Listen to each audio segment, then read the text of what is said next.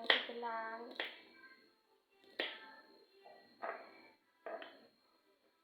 ยังไง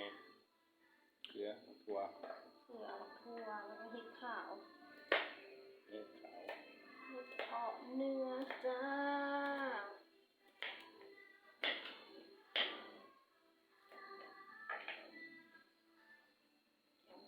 เกี่ยวเครื่องไว้ก่อนโอเค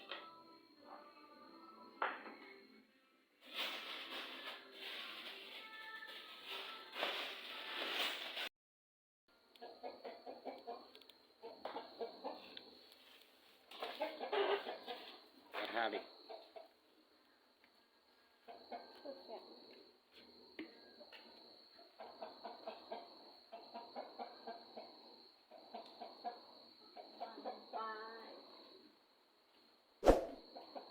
นึก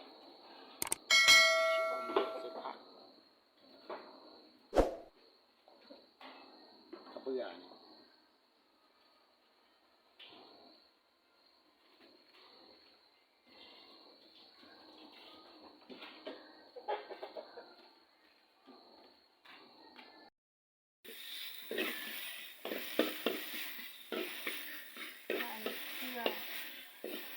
ลงไปผัดให้มันหอมเหลืองนะคะที่เอาตอนลงต้มหมัก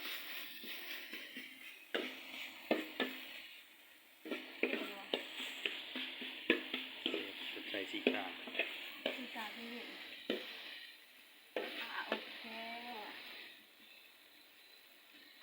โอ้น้อง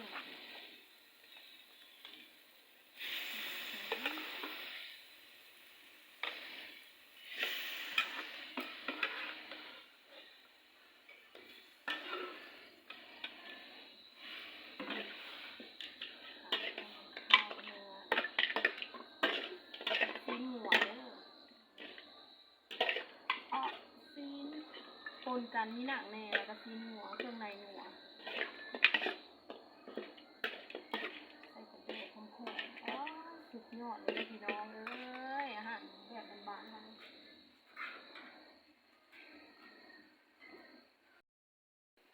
ใส่ปลาแดกบ้านเขาเลยใส่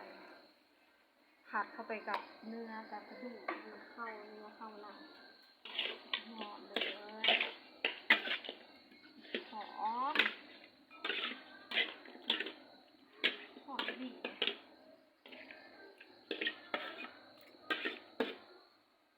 โอเคผัด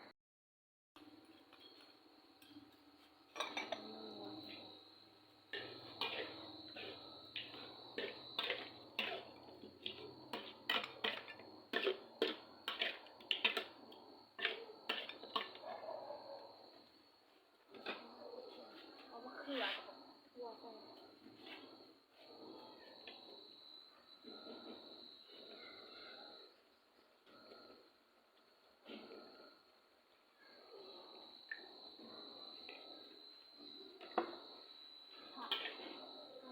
เข้าไปเอาเลย เห็ดขาวพร้อมออกมือนี่ที่พัดคั่วเข้าไปกันเลยมันสุกพร้อมกันสุกพร้อมเดียว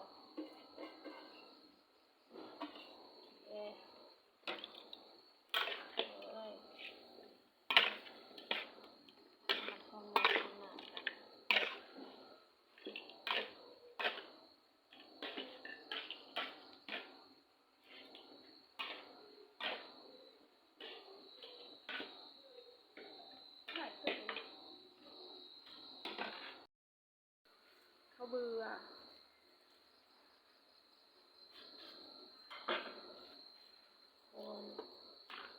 ขาดบุได้เด้อพี่น้องเขาเบื่อเห็ดปอกเห็ดอ้อมเนี่ยมันตัวเหนียวคุ้นต้นหลายๆผักหลายๆเน้นๆรวมกันโอ้ยอย่างเนาะหอมอาจจะเก่าขาดสอง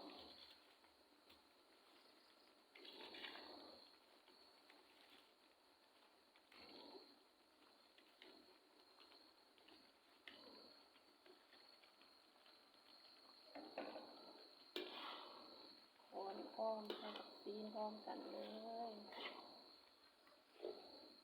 ตัวเหนียวคักขนาด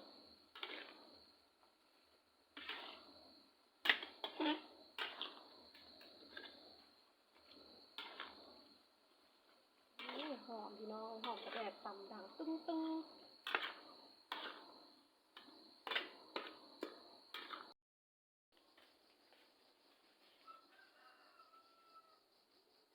หยิบเอาจากสวนเขาปลูกเองเลยเด้อพี่น้องสดๆเลยเดี๋ยวตอนโดดลงไปเพิ่มความแซ่บโดดลงไป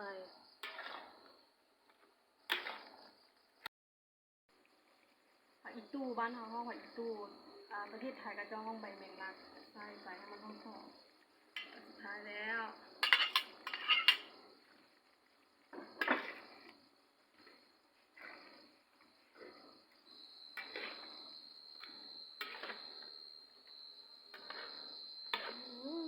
กินอายหอมผักชีหอมผักอีตู้พี่น้องเอ้ยหาใส่ไปได้ให้กินเองแซ่บเองหอมพี่น้องพร้อมเสิร์ฟตักใส่เอาไว้หอมประเดดกินอายพักหอมดูว่าออกดีแล้วเป็นที่เรียบร้อยแล้วกับบักแตงน้องข้าวแรงกับบักแตงอ่อนๆดูกันเด้อกินกับข้าวเจ้าในรสชาติดีมันจะออกมาเลยลงมือเลยมีเห็ดขาวพร้อมเลยพี่น้องเอ้ยเห็ดขาวแล้วก็ผักดีเข้ากันดีเห็ดขาว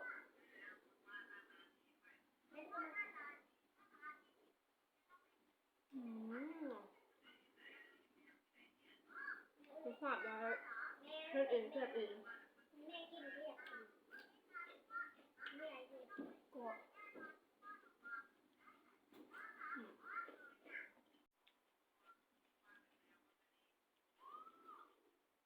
ทันที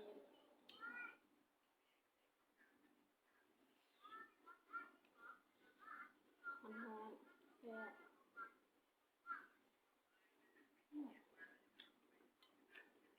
เข้ากันดีเลยเป็นเห็ดขาวแล้ว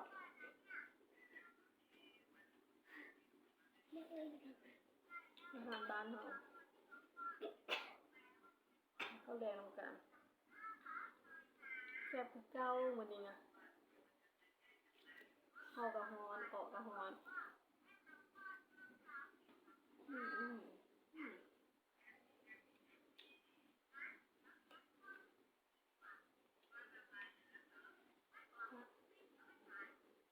ดี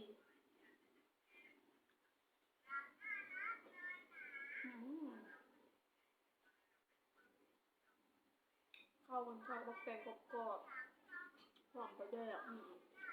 เนื้อหมูแซ่บเหนียวคือกับอีหยังก็แซ่บพี่น้องเป็นอาหารบ้านเขาแซ่บเบิร์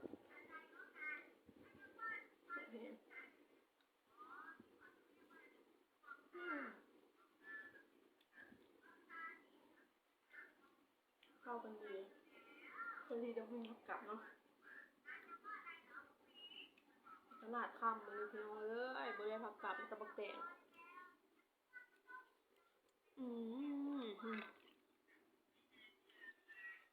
ตัวเลยเหนียวสุดยอด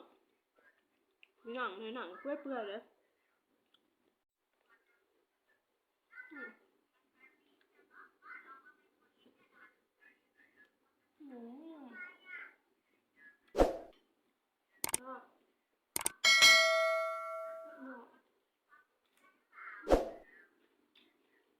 เข้ากันดีเล่นเองแซ่บเองไม่ใช่พอ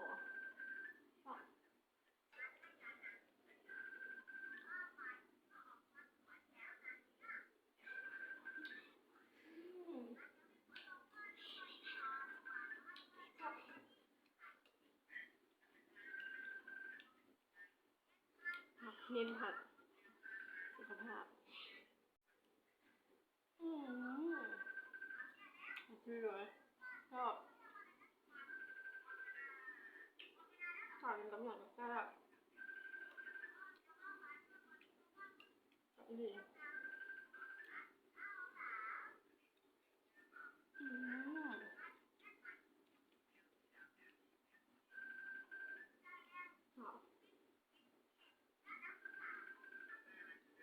ใส่ก็ได้ความแซ่บมึงเด้ย่องเองอีกคิดเองย่องตัวเอง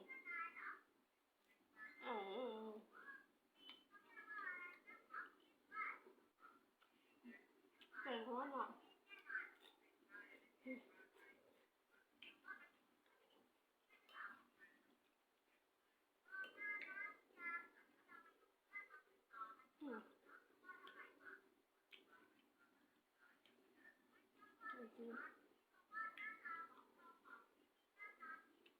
ุเห็ดปันไดเนาะพอดีกิน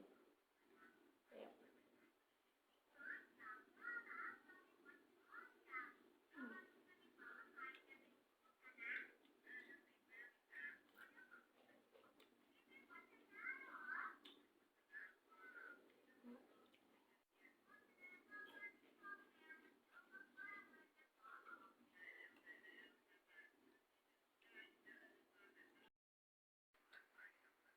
เด้อพี่น้องอยู่ต่างประเทศแล้วอยู่บ้านเฮากินข้าวแรงกันอยู่อเมริกาอยู่ไทยอยู่ประเทศอีหยังต่างๆเนาะมากินกันแซ่บอาหารบ้านเฮาออกใส่เห็ดขาวเห็ดแห้งข้าวแรงกันกับใส่ผักหอมประแดงหลักๆมันประแดงหอมดีแซ่บ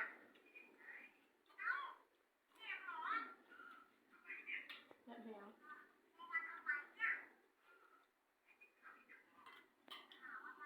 ฝากติดตามช่องเราเด้อทั้งภายในและต่างประเทศสนับสนุนช่องเขานี่เพราะว่าช่องเขาเป็นช่องน้องใหม่หาก็เริ่มฝากกดติดตามกดไลค์กด Subscribe ให้เด้อฝากในอ้อมอกอ้อมใจทุกคนพบกันในคลิปต่อไปสำหรับคลิปนี้กินข้าวกันกับอ้อ